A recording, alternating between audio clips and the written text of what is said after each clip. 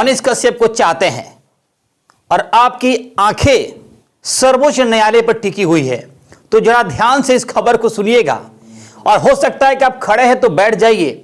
मनीष कश्यप को चाहते हैं तो आप कहीं रास्ते में चल रहे हैं तो प्लीज आपसे रिक्वेस्ट है थोड़ा रुक जाइए, क्योंकि ये खबर ऐसी है कि सुनकर आपको भी झटका लगने वाला है।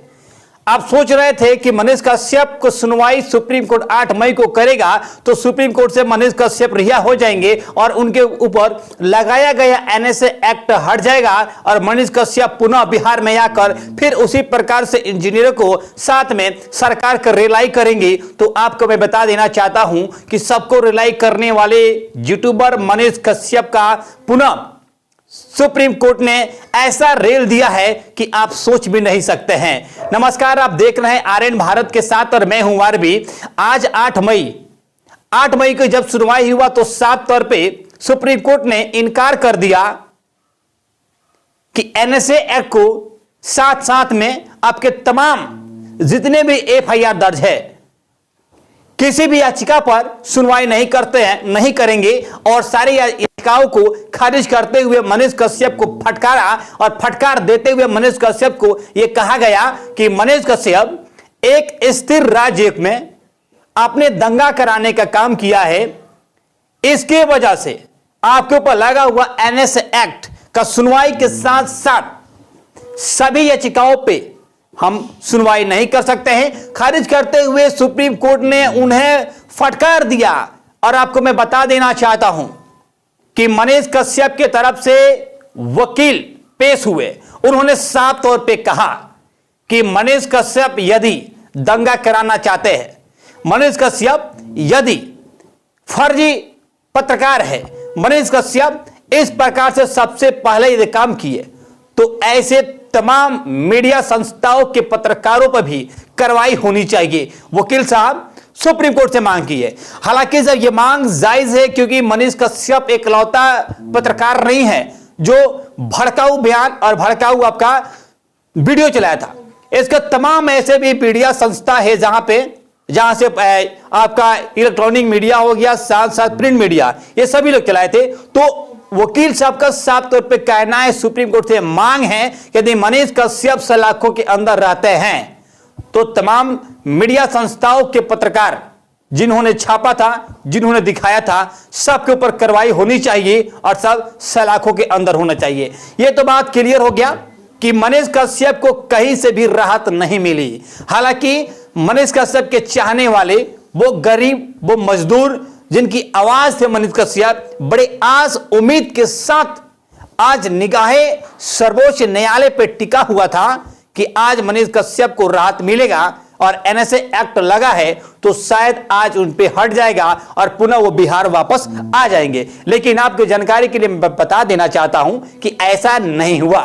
सुप्रीम कोर्ट ने उल्टा ही मनीष कश्यप को फटकार दिया और साथ में यह भी कहा कि आपने दंगा कराना चाहा, इसलिए आप पे एनएसए एक्ट लगा। हालांकि सुप्रीम कोर्ट से अभी कोई राहत नहीं मिला है मनीष कश्यप को और आपको बता देना चाहता हूं कि मनीष कश्यप के सारे याचिकाओं पे सुनवाई अब आपके हाई कोर्ट में की जाएगी। साफ तौर पे सुप्रीम कोर्ट कह दिया है। अब देखना यह बाकी है कि सुप्रीम कोर्ट की आदेश पे क्या मद्रास हाई कोर्ट में सुनवाई होती है या पुनः बिहार में सुनवाई होगी, यह देखना बाकी है। और क्या होता है, जैसे ही कोई अपडेट आएगा तो आपको मैं बताऊंगा। साथ में बता देना चाहता हूं कि एफआईआर को एक साथ कराने के याचिकाओं को भी शीर्ष न्यायालय यानी सर्वोच्च न्यायालय ने सोमवार को खारिज करते हुए मनीष कश्यप को हाई कोर्ट जाने को निर्देश दे दिया है। और आपको बता देना चाहता हूं, हालांकि मुख्य न्यायाधीश DY चंद्रचूड़ साथ में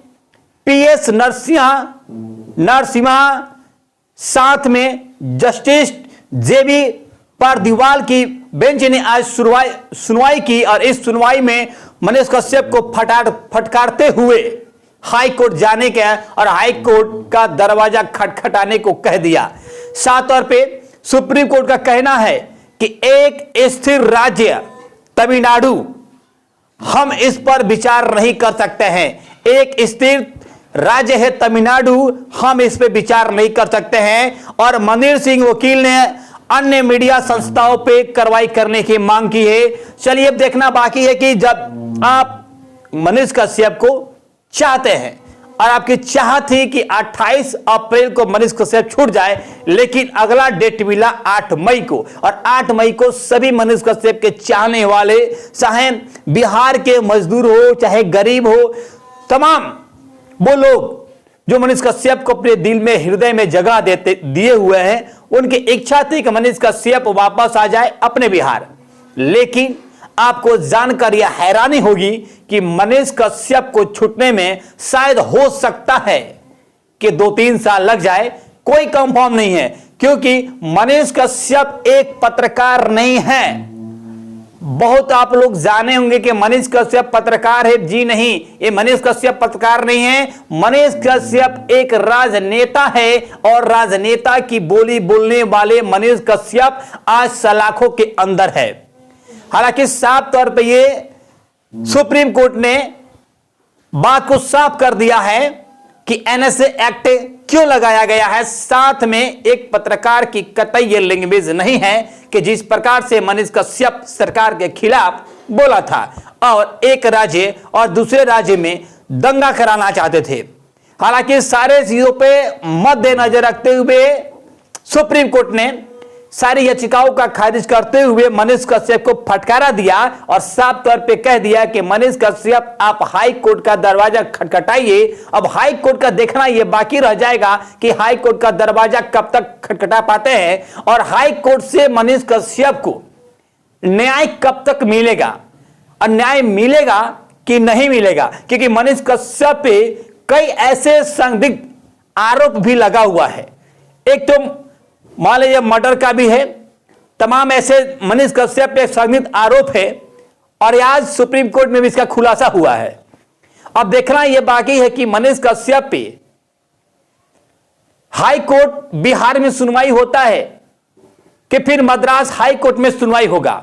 यदि मद्रास हाई कोर्ट में सुनवाई होता है तो आप ऑलरेडी जानते हैं कि मनीष कश्यप को तमिल नहीं आता है, और मनीष कश्यप तमिल ना बोल पाते हैं ना सुन पाते हैं। तो क्योंकि जब तमिल पुलिस उनको ले जा रही थी तो उन्होंने साफ तौर पे कहा था कि वहां की भाषा मुझे नहीं आती है। तब देखना बड़े दिलचस्प होगा कि मनीष कश्यप की सुनवाई मद्रास हाईकोर्ट में हो रहा है या बिहार के हाईकोर्ट में होगा। यदि बिहार के हाईकोर्ट में होगा तो मामला कहां तक, ये बिहार हाईकोर्ट से न्याय कब तक मिलेगा या मद्रास हाईकोर्ट से न्याय कब तक मिलेगा। और आप मनीष कश्यप के समर्थन है तो जरा ध्यान से और कान खोलकर सुन लीजिएगा, क्योंकि मनीष कश्यप अब लौट के आने वाले हैं, लेकिन आने में उनको बहुत देर हो जाएगा, क्योंकि अभी तक सुप्रीम कोर्ट से कोई भी न्याय फैसला नहीं आ पाया है। चलिए, तमाम छोटी बड़ी खबर देखने के लिए हमारे साथ बने रहिए, और तमाम खबर जैसे अपडेट होगा आपको मैं बताता रहूंगा क्यों और कब कैसे हाई कोर्ट से और बिहार हाई कोर्ट में या मद्रास हाई कोर्ट में मनीष कश्यप के याचिकाओं के सुनवाई की जाएगी। तमाम खबर आपको मैं देता रहूंगा, हमारे साथ बने रहिए। आप देख रहे हैं आर्यन भारत और मैं हूं आरबी। तब तक के लिए जय हिंद, जय बिहार।